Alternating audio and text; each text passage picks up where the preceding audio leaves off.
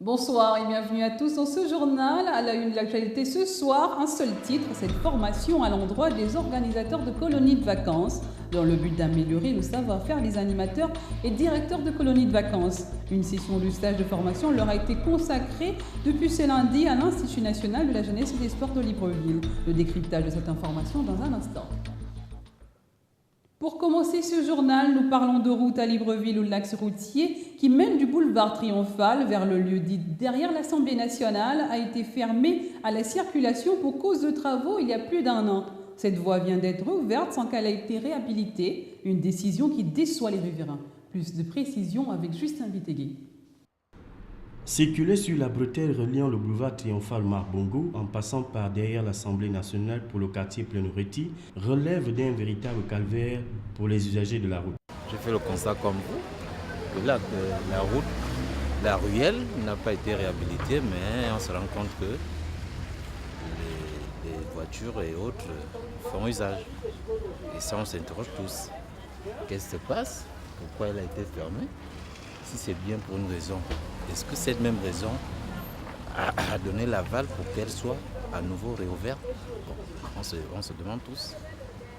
Réouverte sans être totalement réhabilitée, cette décision des autorités compétentes suscite de l'étonnement des riverains. Nous sommes surpris de voir cette voie réouverte à nouveau. Mais on s'entendait peut-être que les travaux devaient être faits pour faire en sorte que la circulation devienne fluide ici. Malheureusement, chose qui n'a pas été faite. La route, facteur de développement d'un pays en général et des villes en particulier, nécessite une attention toute particulière.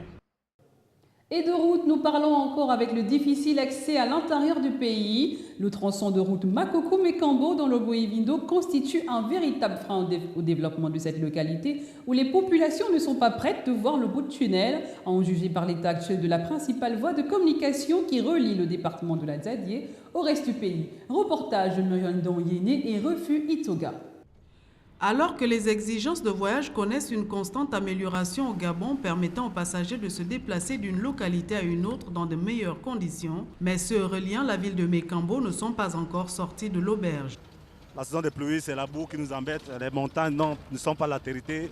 On est obligé de procéder par les 4x4, une bâchée, double cabine. Bon, ceux qui peuvent aller derrière, on les prend derrière en fonction de leur destination.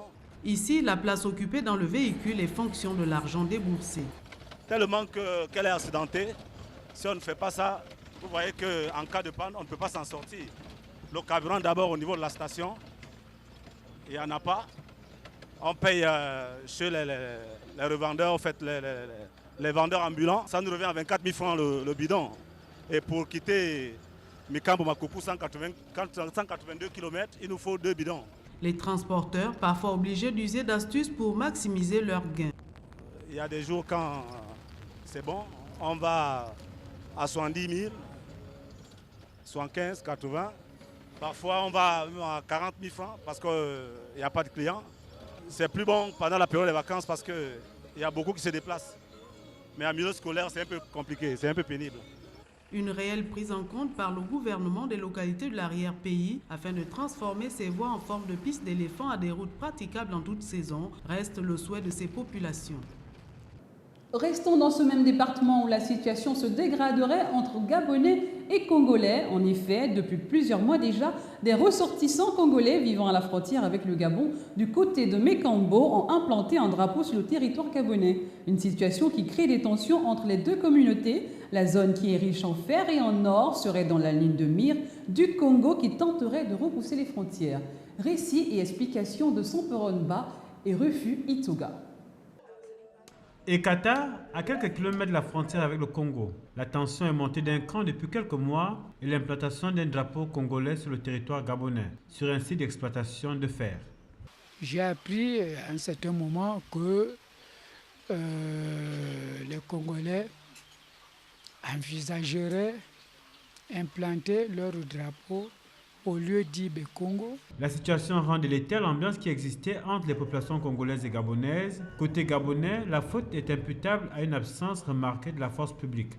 La seule inquiétude que j'ai, c'est de constater qu'au Gabon, il n'y a pas un poste de gendarmerie, alors que, puisque je suis gendarme à la retraite, mais bien avant que je sois recruté, le projet d'un camp de gendarmerie à Ekata existait. La région est riche en minerais, fer et or attire les convoitises, la partie congolaise se verrait bien repousser les frontières. Du fait que cette zone regorge pas mal de richesses, il y a bien sûr de l'or dont ils exploitent et maintenant ils vont vers l'aval. Alors on pénètre davantage dans le territoire gabonais.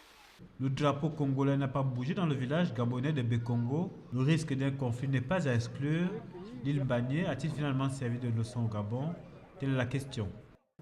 Tout autre chose à présent, les animateurs et directeurs des colonies de vacances sont en session de stage depuis ce matin à l'Institut national de la jeunesse et des sports de Libreville. Ce stage de formation est la mise en pratique des notions pédagogiques du rôle de l'animateur et bien d'autres notions permettant un meilleur encadrement des enfants. Martial Tsonga, Kenny Ongori, Justin Bitegué nous font le point. Ils sont pour certains enseignants dans les lycées et collèges et pour d'autres étudiants à l'Institut national de la jeunesse et des sports de la capitale gabonaise. Ils sont ici pour des raisons de formation. C'est une formation de directeur économe et également notre formation d'animateur de salle de vacances. Donc c'est un stage mixte qui est destiné à ceux qui vont pour la première fois encadrer les colonies de vacances et les animateurs. Et puis un autre des directeurs économes, des gens qui ont une expérience, un background de 2 ou 3 ans dans l'animation de centre de vacances qui vont monter au grade de directeur de centre de vacances. Ce stage, selon le directeur, permettra de donner quelques notions d'éthique aux stagiaires. Les hommes ne sont pas de nature tout à fait parfaite. On a constaté aussi qu'il y a certains modules dans le fonctionnement de ce colonies de vacances qu'on est obligé de renforcer. Par exemple, la notion d'éthique, la notion de relations humaines, la notion de gestion, la notion de dynamique de groupe, tout ça qui fait en sorte que parfois, quand les gens viennent en centre de vacances, il y en a qui ont des préjugés sur la tâche qui les attend en centre de vacances. Or, en réalité, garder un enfant en colonie de vacances, c'est 24 sur 24. Ce n'est pas comme à l'école où le mettre à l'enfant pendant 8 heures. Or, en colonie de vacances, c'est du premier jour au dernier jour. Cette séance de formation apportera un plus chez les stagiaires sur les notions de législation, du rôle de l'animateur, de connaissance de l'enfant, de ses besoins, de l'éducation, de l'environnement et bien d'autres notions liées à l'enfant. Avant de refermer ce journal, un mot de sport, la coordination diocésaine des jeunes au service de la table du Seigneur organise depuis quelques semaines un tournoi auquel participent des jeunes de différentes paroisses de Libreville. Les détails avec Marvin Beryl. C'est le terrain de la paroisse de Saint-Pierre de Libreville, situé à Montagne-Sainte, qui a accueilli le week-end écoulé une des rencontres du tournoi dénommé Trophée des champions, organisé par la coordination des jeunes au service de la table du Seigneur. Un tournoi qui a pour but de pouvoir se divertir, s'amuser. Et ce championnat réunit tous les jeunes qui sont dans le territoire archidiocésain. Et il a commencé depuis le début de l'année, depuis octobre. Et là, on est dans la 2e journée, on a fini la première journée. La prochaine journée, déjà, nous avons 4 matchs. Donc, on aura 2 matchs ici, à Saint-Pierre, et 2 autres matchs du côté de Saint-André. Au-delà du divertissement, ce tournoi se veut être un tremplin pour les jeunes participants. Par ce championnat, déjà, on essaie déjà de voir en même temps que les jeunes, il y a des talents parmi ces jeunes qui peuvent vraiment beaucoup faire plus tard dans leur vie. Si, par exemple, certains qui veulent devenir, par exemple, footballeur, avoir comme carrière le football, ce serait déjà bien. Et par là, on peut avoir peut-être des coups de chance comme ça, qu'on a des sélectionneurs qui arrivent recrutés dans les clubs, des petits clubs là, comme le CMS et consorts.